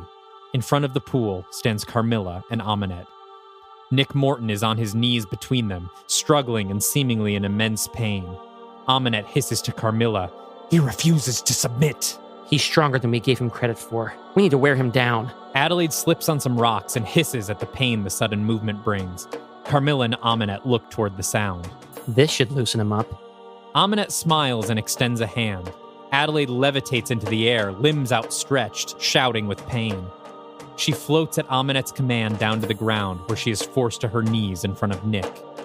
Aminette pulls a dagger from Adelaide's waistband and slides it into Nick's hands. She whispers in his ear, Kill her. Nick strains to resist, his eyes caught halfway between their human irises and the set doubling. Slowly, his shaking arm rises to place the knife at Adelaide's throat. He groans with effort, but the tip digs into her skin, drawing a drop of blood. Then, from above, Jenny's voice. Nick, don't! He manages to look up. He sees Dr. Jennifer Halsey, his best friend, former lover, standing on the ledge above, her eyes pleading with him, shaking her head. He screams and his hand jerks, tossing the knife away. Aminette snarls. With a hand movement, she pulls Nick Morton in front of her, their faces inches from each other. Let him out, now! Sorry, princess. Set can't come to the phone right now. Her lip curls. Do you know why I chose you to be Set's vessel? Because I'm the one who found you. No. I chose you on purpose, Nick Morton. Because you were cruel. You were a thief. Self-centered, violent. I thought you were the ideal candidate to host Death himself. But I was wrong. No. There was a good man hiding inside of you somewhere. And what I need, she turns her gaze to Adelaide, still kneeling, is a monster. Aminette walks towards Adelaide. She pulls out the dagger of Set and stabs it straight into Adelaide's chest. Adelaide's back arches and she screams. Nick falls to his knees and does the same. He starts to choke, and a mess of thick black bile erupts from his mouth, arcing through the air down toward Adelaide's, forcing its way down her throat. When she's swallowed all of it, she lurches forward and gags, trying to vomit it up. The hole in her side closes. Her irises split. Nick staggers back on his hands, skittering away from her. She rises, calm, back straight, and faces Aminette. My love, is that you? Adelaide smiles. Her teeth are black. Princess, it's been so long. Adelaide and Aminette kiss passionately, embracing each other with the fire of lost millennia. When they part, Carmilla falls to her knees before them. Lords, I humble myself before you. It's been a long road to get here, but it was my honor to play a part in reuniting you. Adelaide, or rather Set in Adelaide's body, nods at her. Rise, child. Your efforts are greatly appreciated. Carmilla stands and smiles. Allow me to reward you. Carmilla comes close, tense with anticipation, drawing her face towards Adelaide's. Before they meet, Adelaide plunges a wooden stake straight into Carmilla's heart. Carmilla's eyes widen, shocked and fearful. This is a great honor, Miss Karnstein. Only the privileged few get to die by the hand of Death herself. Carmilla chokes and sputters. Now rest, my loyal servant. Slowly, from the top down, Carmilla dissolves into a pile of ash on the floor. Nick watches all this happen from the ground, now fully mortal. He freezes when Set and Aminette's attention turns to him, but they simply smile. See you in hell, Mr. Morton. Adelaide and Aminette hold hands. Their bodies begin to turn into sand, spinning out into a spiral that blows out of the burial chamber and up to the surface. Jenny hurries down and helps Nick to his feet. Nick, oh my God, I'm so sorry. I never should have gone to Adelaide. You were right. Stop. I understand. And at this point, I think we have bigger things to worry about. They both look out to the entrance of the cave. Set and Aminette are both loose. We failed. The hell are we going to do now? He shakes his head. I don't know. But whatever comes next, we face it together. As a family. They hold hands and squeeze tight. Foreboding music swells as the camera retreats from them, floating back up through the cavern, and we cut to black. Credits. Mid-credits scene. We always like to put that little pause there. I gotta let your score. Yes, all the sting. gotta let exactly. Gotta let the reverb fade. Gotta let it fade out. Quasimodo stands with his wife, Esmeralda, played by Graziella Brancusi, looking up at the half-ruined Frankenstein Manor. It was the home where he grew up, now a part of Cassie's ski resort. He hasn't been here in 200 years. Esmeralda squeezes him close, then signs. It's okay. I'm here every step of the way. They approach the door, but before they can knock, it swings open, revealing Cassie Falk. She runs through and gives Quasi a hug. I'm so glad you're here. Quasi walks through the castle slowly, taking in the memories, Esmeralda and Cassie close behind. He stops at the door of what used to be his bedroom, entering to see a rotted wooden bed frame, a half-burned wardrobe, and scattered books, pages torn out and littering the floor. He picks one up, Daniel Defoe's Robinson Crusoe, and flips through it as Gwen Conliffe enters behind him. Hey, Quasi. He nods at her. She grabs his hand and puts something in it. It's the wolf carving Victor made for Caroline, last seen in the Dark Legion, The Mummy's Hand. What is this? Your father made it. When he was alive. The first time, I mean. For Caroline. He gave it to our friend Larry when he passed, but I think he'd want you to have it. A tear comes to Quasi's eye, and he looks away to try to hide it. I never got the chance to forgive him. Victor never asked for anyone's forgiveness. Quasi nods. Thank you, Gwen. Cut to the dining room. Quasi, Esmeralda, Cassie, Gwen, Charlie, and Elsa sit at the table, looking at their meals, not eating. Cassie breaks the silence. All of us had complicated relationships with Victor, some more than others. Some of us owe our lives to him, and some of us our deaths. But all that matters now is that we're together, and without Victor, that would never have happened. She raises her glass. To Victor. Quasi raises his. To Caroline. Cassie nods. Everyone raises their glasses. To the House of Frankenstein. Fade to black. I can see how you feel like that's a button on that. Doesn't have to be. Doesn't have to be. And surely we're not done with Gwen. Surely we're, yeah, Gwen, Yes, Gwen, we are definitely not done with Gwen. We have specific plans for Gwen. We have plans for Gwen, but this could be a button on the house. She just needed to be there because she is part Of course, of the we wouldn't family, do this without her. Yes. And then, of course, then you have Charlie there because she's with Gwen. Yeah, and sure, let's get Deborah Jacobs paid. Yeah, she deserves it. Yes. So I think the big surprise here is that I knew some of the beats that were coming. And I knew some of them only in broad strokes, and I knew some of them specifically. But we got through more of what I think. There are things here. The place that we've ended up here is somewhere I didn't quite expect we would be until Death's Door.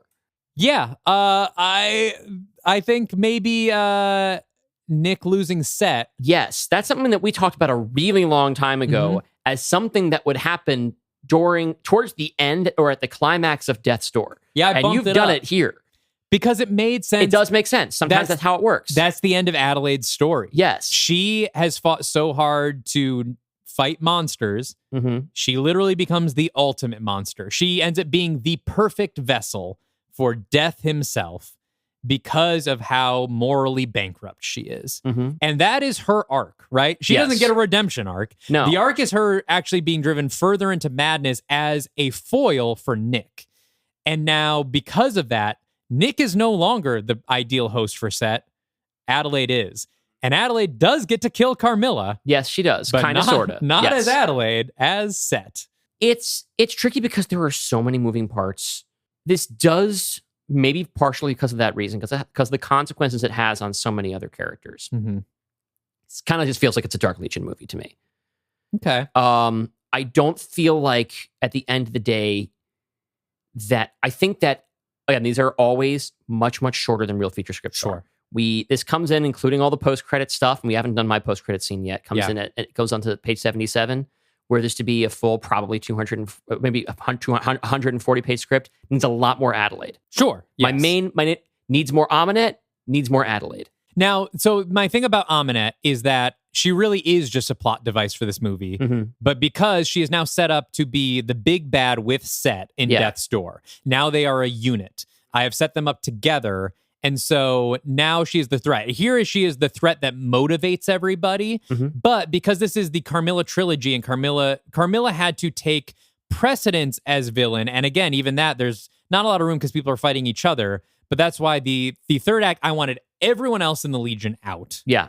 Except Jenny, Adelaide, and Carmilla. Yeah, and again, it's very good the way that contracts in the third act. Yeah, hopefully we would get more third act of fighting and more Adelaide. And where there's a great opportunity for more Adelaide development is that market scene where we're hearing Carmilla taunting Adelaide. Yeah. We could use that for some character info. Maybe like ghosts of her relatives appear. Like that could be a fun place for that. I was thinking something a little bit simpler, which is maybe a little bit too easy, but we begin this story with a flashback to Adelaide's childhood. And I think that opens the door to reflecting back more on her past and her life, her journey up to this point. Yeah.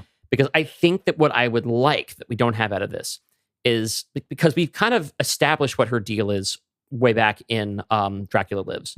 But I would like this movie, especially since it bears her name, to be an opportunity to get to know her better. have more flashbacks. I think we need to follow her journey more so that we have an idea of the specifics of how she got this way.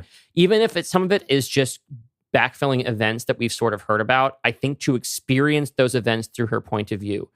Well, by the time we're done with the story, when she gets turned into the host of Set, when she gets stabbed, I want to feel for her.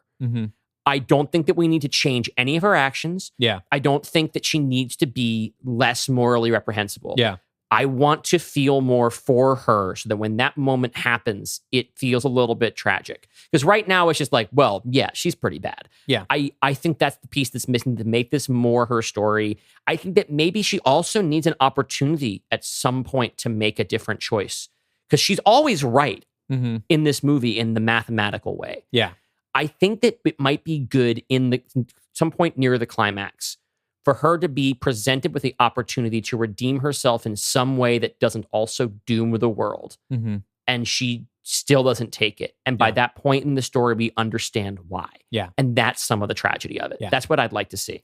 And I think having the flashbacks also make a good, if we're thinking of Adelaide and Nick as foils, Nick tells the story about his past and where he then chose to make a change. Yes. And we could sort of see Adelaide getting into similar situations and then, or maybe even the reverse where like she started out as kind of a good kid and then makes the reverse decision to get worse, Yeah, and we see them kind of on opposite paths. I talk about in Dracula Lives about how like what makes her different than all of her predecessors was just seeing how they've failed. And I think that that's a journey we can maybe go on there with her. The thing that makes me relate to Adelaide in a way that's not terribly flattering to either of us is sort of in like the way that in the sort of radicalization of it, where let's say, for example, that somebody grew up in a West Wing loving household and still has a great soft spot for the show, but who recent history has taught him that's all bullshit. And if you try to operate by those rules, you will always lose. And that's why we lose. Yeah. I want to see Adelaide go through the Vampire Hunter version of that. The radicalization. Yes. I want to see her lose any hope in compassionate solutions to problems. I want to see the journey that we are told about in that movie. And I know this is kind of bullshit of me because I'm now projecting another movie on top of your movie. I don't think which is so. Something we try not to do. I think it's the same movie. It's just it makes that final moment more tragic than inevitable. It's both. It's got to be both, right? Right now it feels inevitable, but not tragic. And that's just like everything that's here with a couple of the notes that we've talked about, like little things that don't need to be spelled out or like little beats that I think, we've already addressed. I think it all really works. I feel like at the end of the day, what will make this feel more like a movie that should be called Van Helsing is that we need that to be the through line. The choices, because we talked about this very briefly off the air, and I wanted to save the rest of this conversation for the air. You and I think even on this show, have talked a little bit about Infinity War before. And you talk about how Infinity War is one of these Marvel movies that is actually about something in a way that people don't really give it proper credit for because it's a message that you're not really supposed to agree with. Yeah. But it's very clear. Infinity War is the story of the Avengers and the Guardians of the Galaxy losing half of the universe because they cannot do the hard thing. Over and over and over again, they don't do the hard thing. Yeah. And everybody loses. Thanos does. And then Thanos will do the hard thing, and right? We see that it's hard for him in his own twisted way. Like that he is pained by what he's doing, but he believes in his cause so much that he's going to do it. Because Marcus and McFeely and the Russos, but I'm hesitant to give them credit for anything because they've revealed themselves to be very, very stupid. They structured that movie so that Thanos is essentially the protagonist. Yes. Right? Even though he's very, very bad man. And he's not right. Thanos is not right. Double the world's resources. Just do that. You haven't solved anything. Yeah. You literally have a wish. Anyway. But what we ended up doing here in phase 3, you did it on purpose, and my stuff kind of tied into it by accident, is we spread out the journey of the Dark Legion not doing the hard thing that would save the world and choosing making what seemed like a compassionate choice. Started with Heaven's Gate, and Van Helsing is the answer to that, right? And she calls them out on it. She calls all of them, including Nick. That's how you tied in Heaven's Gate in this script as well. And she wants to do the hard thing, and she will sacrifice anything, and we hate her for that. Yeah, right. our morality says that she is wrong, especially the morality of a Hollywood movie. We do not want that to be the answer. Obviously, we're going to have to find another answer because every one of Adelaide's attempts was foiled, mostly by our heroes. Yeah. We would like, and it's our fantasy, we can do what we want. We want there to be a solution that that does not require our characters make terrible, be responsible for, say, a mass murder. And folks, that's one thing where I do know exactly how this shit ends. And I won't say whether or not we blah, blah, blah. But it's now we've kind of made this the climax of that. And it's one of the things that makes us feel equal parts Civil War and Infinity War, where it is about the conflict between the characters, but it's also like, are you willing to do the thing that nobody wants to do? Are you willing to be a monster, right? And it ties all the way back to the Mummy. Sometimes it takes a monster to defeat a monster. That's right. Brings it all the way to that, and it rings especially because this movie is also, in a way, sort of more than any of our other films, is a sequel to The Mummy 2017. Yeah, I went back to the same village. There are references. The arches they appear under are the arches we first see in that film. But that's also another thing that kind of makes this feel like a Dark Legion movie more than a Van Helsing movie, is how much it has to do with all of the stories of those characters, right? And so, I mean, who cares at the end of the day, right? Well, but I think that it does need to be balanced out further with more Adelaide. I definitely set up too much than could be handled in a pitch. I kind of bit off more than I could chew. Because yes, if this were a 2.5 hour movie, we could keep kind of exactly what's here and add more Adelaide. Add flashbacks, give it that tragic character, get a little bit more Carmilla and Aminette in there even. Not too much Aminette because we won't really want to save her for Death's Door, but like have her be a little bit more of a presence, but definitely more Adelaide. Once I got here, I knew, okay, Adelaide's got to become set. Victor's got to die. I need to resolve Cassie's story. Elsa has to be involved. And it's kind of Civil War. I want to get everybody involved, and they are all opposing Aminette.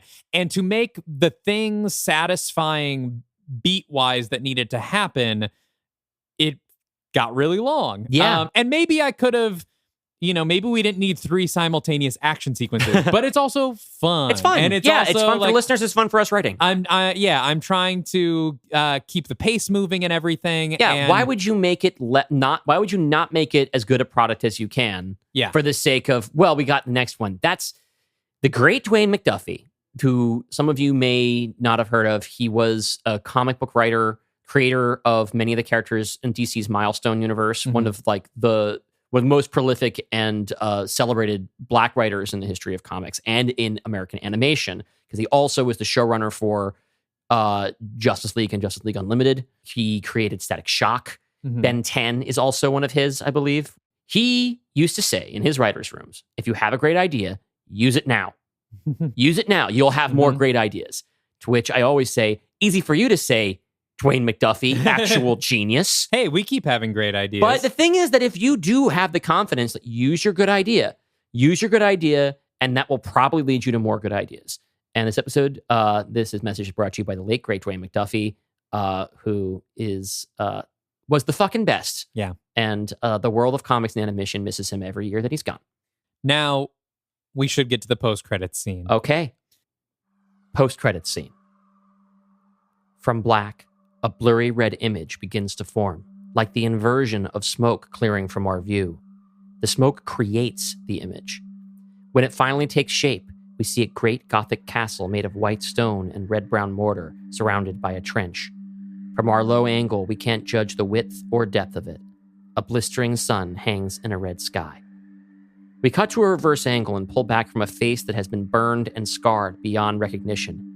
His eyes, which had been burned out of his skull, are now reforming, and eventually we recognize this figure as Dracula, played by Mads Mikkelsen. He's laying on a cracked gray desert, parched and emaciated. There's a trail of disturbed dirt behind him that goes back as far as we can see. He's been crawling. Correction, there are 2 long trails. Dracula's and another that runs parallel but ends a few meters behind him. This, too, has been carved by a prone figure. This one, a smoking, bleached white skeleton in the tattered remains of 17th century Bantonese warrior garb. A sheathed broadsword is strapped to the skeleton's back. Dracula, his skin just about restored, rolls onto his back, panting as the skeleton catches up with him. Its bony hand grabs hold of Dracula's ankle, then stops crawling. The skull looks up at Dracula's face. Patches of the skeleton's flesh also briefly grow back, only to burst into flames seconds later. He is perpetually on fire. For a moment, he's healed enough that we can make out the face of Ahul, played by Joe Taslim. During a moment of relative constitution, Ahul tries to speak. Here? Only for his lips and tongue to burn away again, reducing his speech to a formless whine until his throat dissolves. Let's go. Dracula nods, though the eye holes in Ahul's skull are billowing smoke, so it's unlikely he can see anything. In case he can hear, Dracula speaks. Yes, there's a castle up ahead, just as Pazuzu said. The god of death awaits us. Not Pazuzu. Wasn't it Pazuzu who said that? Oh, the collector. Sorry. Collector. Yes, there's a castle up ahead, just as the collector said. The god of death awaits us. Ahul squirms, his hand still clutching Dracula's ankle. It's not as hot here. A mere 80 degrees Celsius, perhaps. Can you stand? Ahul's head cranes upward at the sun. Dracula exhales and struggles to his feet. You've been a brave companion, Ahul. It may be a consequence of my accursed humanity, but I can't help but feel sentimental. These long years of suffering have been more bearing knowing you were suffering right alongside me. I think I would have liked to see this through together. Dracula looks down at the sizzling skeleton, then back up at the sun. But there is no sundown in this place. Or if there is, I don't care to wait for it. So this, dear brother, is where I leave you. Ahul tightens his grip on Dracula's ankle and drags himself closer. Dracula, unfazed, reaches down and draws Ahul's sword from its sheath. It is, in fact, a sundang, like the one Drac bought in Indonesia back in Dracula Lives. Ahul looks up and reaches out with his other hand, emitting a reedy whine from his charred vocal cords. Dracula swipes down with the sundang and shatters Ahul's wrist. The skeletal hand remains clasped to him like an anklet. Dracula leaves it, unbothered, turns his back on Ahul, and resumes walking towards the castle. Ahul struggles forward, crawling with his remaining hand. The incisors on his burning skull extend to points, and he screams something that we can just barely make out. Vlad! Dracula, his skin now parched and burned, but intact, arrives at the edge of the moat. He looks up at the high parapets and sees a horn silhouette. From where Dracula stands, it's impossible to tell if the horns belong to a helmet or a head. Dracula bellows. I am Dracula, Spear of Carpathia, Bane of Abraham, heir to the throne of blood! A voice calls back, a shrill, deafening whisper from the horned man. You are the heir to nothing. There is no throne for the dead. There is only the pit. Do you stand guard over Death's Door? Death's Door needs no guard. It is open to any worthy enough to reach it. I have waded through rivers of molten gold and crawled across a sea of burning sand. Lower the bridge, that I may claim my prize. The horned man laughs. Fool, there is no bridge. If you wish to enter, you must climb. The horned man extends an arm and points an index finger down to the moat at Dracula's feet. Dracula looks down. The pit beneath him is not filled with water nor lava. It is filled with warriors. Every warrior imaginable, from a modern soldier to a shaggy Neanderthal. They bear an eternity of battle scars, improperly healed wounds, and blistering sores. Did you believe you were the first to find this place? They have been coming for millennia. Each of them believed they were worthy, but for every warrior who reached the summit, another 10 failed to escape. Now, they lie in wait to ensure that no one may have what they failed to achieve. My army of spite. The warriors below look up at him and scream with rage, readying their weapons and cursing him in every language. Dracula looks back up at the horned man, scowls, then turns his back and begins to scale down the wall of the pit. Close on the horned man's still indecipherable face. You shall make a fine addition. Dracula climbs down the wall. After his hand unclasps from each thin handhold, it retreats back into the rock face. No way out. From about 10 feet above, he drops into the pit, still facing the wall. The warriors form a semicircle around him. Dracula tightens his grip on his sword and looks over his shoulder at the bloodthirsty horde. Gentlemen, Welcome to Hell. Cut to black. Hell yeah, let's go. The That most rocks. metal thing I have ever written. That rocks. If you feel like maybe you have forgotten some of the Dracula things, maybe this is a time to go over our schedule for the next few weeks. So in 2 weeks, we will have another guest episode. Do we have that locked in yet? Nope. Okay. We'll have another guest episode. Got a couple in the works. Don't know which one it is yet. 2 weeks after that, we will have our recap episode where we will recap all of Phase 3, starting with Dark Legion, the Mummy's Hand, because that was not in our last recap episode. We want to leave a place where if you want people to onboard, they can just listen to 2 recap episodes and then they're caught up. It's also nice to have a refresher going into the crossover. Because at the end of that, we are going to play a compilation of all of the Dracula post-credit scenes in a row. Cut together into basically a single anthology film that we call Dracula in Hell. Yep. Dracula dead and hating it. Reminding you of where Dracula is and has been. 2 weeks after that, it will be our 50th episode, and we will hopefully have a very special guest for that. It feels like we've done 400 of these things, but somehow it's only been 50 and not even yet. And then 2 weeks after that, Dark Legion, Death's Door, Part 1, followed by Dark Legion, Death's Door, Part 2. We got to get writing that. And then after that, we will have our planning episode where you can step back in time and hear Dylan and I working out the beats of that and what we need to accomplish in it in real time. Not everything, but the bulk, But hopefully. yeah, that's your peek into the writer's room as we figure out the story that you will at that point already have heard. Yes. Then we'll have another guest episode. At some point, we might take a break. We haven't decided yet, but then we'll be back in with Night of the Living Dead and our other things. The thing is that taking a break might sacrifice the opportunity to put out Night of the Living Dead right before Halloween. And that's kind of nice, important. I would love for us to return. Like maybe we would take time where we don't have a guest episode in between, something like that. But I would very much like to be back on October 27th with Night of the Living Dead. We'll see how worn out we are. Yes. The plan is also to do another holiday special this year. So expect that. But yeah, so there's a lot coming for the rest of the year. But we have made it to our first big milestone of Phase 3, where we are about to go into our next Dark Legion. This was our biggest phase. I mean, the phase isn't over yet, but like pre-Dark Legion, this is our biggest phase ever. We each did 4 pitches. Yes, 4 pitches Crazy. each. Each of us ended up doing a 2-part episode on our own. Then we're going to do, ahead of us, we each have, we have two 2-part episodes that we are working on together. Yes. In Death's Door and Dark Legion 4, whose title I guess you'll know in a couple of months. And then we are each doing 2 more. Thank God. 2 more in between. 2 more in between in our sort of sandbox of standalone films. So wowee. Let's real quick for Picture Lock recap where we are going into Death's Door. Woo. Basically, we've got Nick and Jenny are alive. Yes. Both mortal. Although Jenny knows magic. Nick is pretty defenseless. He's just a guy. He's just a guy. He's just a guy with military experience. Victor is dead.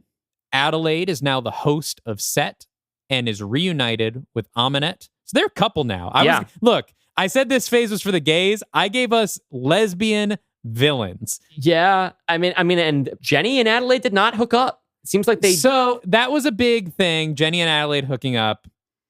I thought about it. It didn't work. It didn't feel right to make it text. Yeah. There were months in between. Who knows what happened? There is nothing in this that says they didn't. I certainly don't get the vibe that they did. Yeah. But yes. That's up to you. That's fanfic. But now you have Adelaide and Aminette as a...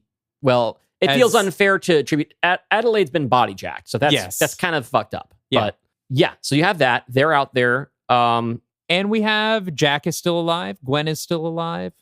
Hunter's out there somewhere. We have a lagoon, a pocket lagoon. Yes, a pocket lagoon in an underground location in Ireland, right? Yes. An Irish Off the coast prodigium, of Ireland. abandoned prodigium base. Quasi got hitched. Quasi and Esmeralda are Quasi married. and Esmeralda are married. I let those, after Esmeralda died, I Right, thought she it's been deserved 2 to years. win. Yeah. Yeah, and also if you're Quasimodo, you gotta lock that shit You down. gotta lock that down. Yeah. And let's see. Is there anything else important that we need to talk about? I think that's the big That's stuff. just about it. I hope you didn't cry too much this episode. I hope you didn't cry hard enough that you unsubscribed from the podcast. Yeah, 'cause if we you cried do a have little bit more. and then it was like, good, then Yeah. then that's fine. But the story's not over yet. Let's lock this picture in. Whew. It's alive! In the name of God, now I know what it feels like to be God. All right, please. We are about to go insane for the next few months writing another Dark Legion movie. So please at least give us some monetary safety while we go insane by subscribing to the Patreon. It would be super nice of you. We're going to keep the bonus materials Dylan going Yes. as much as we have the bandwidth to. So far, we plan to keep it rocking. Yep, bonus eps will still come out. We'll still be in the Discord. There's going to be a lot to talk about with people. Or Yes. we also, the support is appreciated. There's movie nights, and the bonus pod is really fun. And there's quite a backlog now. There There is is a lot to actually. listen If to. you're just joining the Patreon now, there's like probably about 12, 14 hours of it at this point Yeah. to listen to. There's a lot to catch up on. So if you need 3 some entire listening- hours of us talking about the Halloween films. Yes, that is true. That was a mistake. Yeah, we'll but- never do that again. But it was fun. But yes, we'll see you in 2 weeks for a guest episode. And until then, Stay afraid of the dark universe.